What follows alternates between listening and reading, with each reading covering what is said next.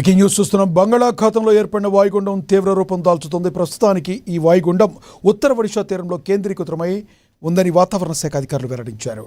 ఈ వాయుగుండం ఒడిశాలోని బాలసోర్ సమీపంలో తీరాన్ని దాటే అవకాశం ఉందని వాతావరణ కేంద్రం అంచనా వేస్తుంది. దీని ప్రభావంతో ఆంధ్రప్రదేశ్లో పలు చోట్ల తేలికపాటి నుంచి ఓ మోస్తరు వర్షాలు కురిసే అవకాశం ఉంది.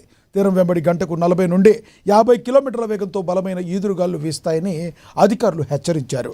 సముద్రం అల్లకల్లోలంగా మారే ప్రమాదం ఉన్నందున మత్స్యకారులు ఎవరూ కూడా వేటకు వెళ్లవద్దని ఐఎండీ హెచ్చరికలు జారీ చేస్తుంది.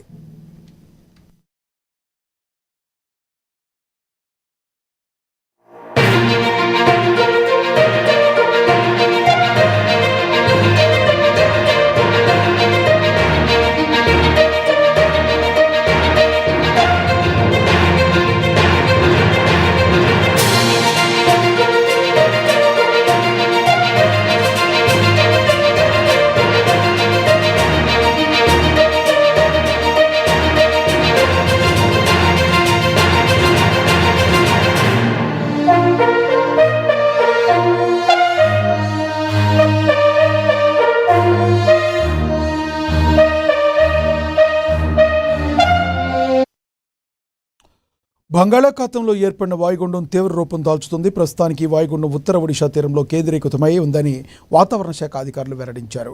ఈ వాయుగుండం ఒడిశాలోని బాలసోర్ సమీపంలో తీరాన్ని దాటే అవకాశం ఉందని వాతావరణ కేంద్రం అంచనా వేస్తుంది. దీని ప్రభావంతో ఆంధ్రప్రదేశ్లో పలు చోట్ల తేలికపాటి నుంచి ఒక మోస్తరు వర్షాలు కురిసే అవకాశం ఉంది. తీరం వెంబడి గంటకు 40 నుంచి 50 కిలోమీటర్ల వేగంతో బలమైన ఈదురుగాలు వీస్తాయని అధికారులు హెచ్చరిస్తున్నారు. సముద్రం అల్లకల్లోలంగా మారే ప్రమాదం ఉన్నందున మత్స్యకారులు ఎవరూ కూడా వేటకు వెళ్లొద్దని ఐఎండీ హెచ్చరికలు జారీ చేసింది.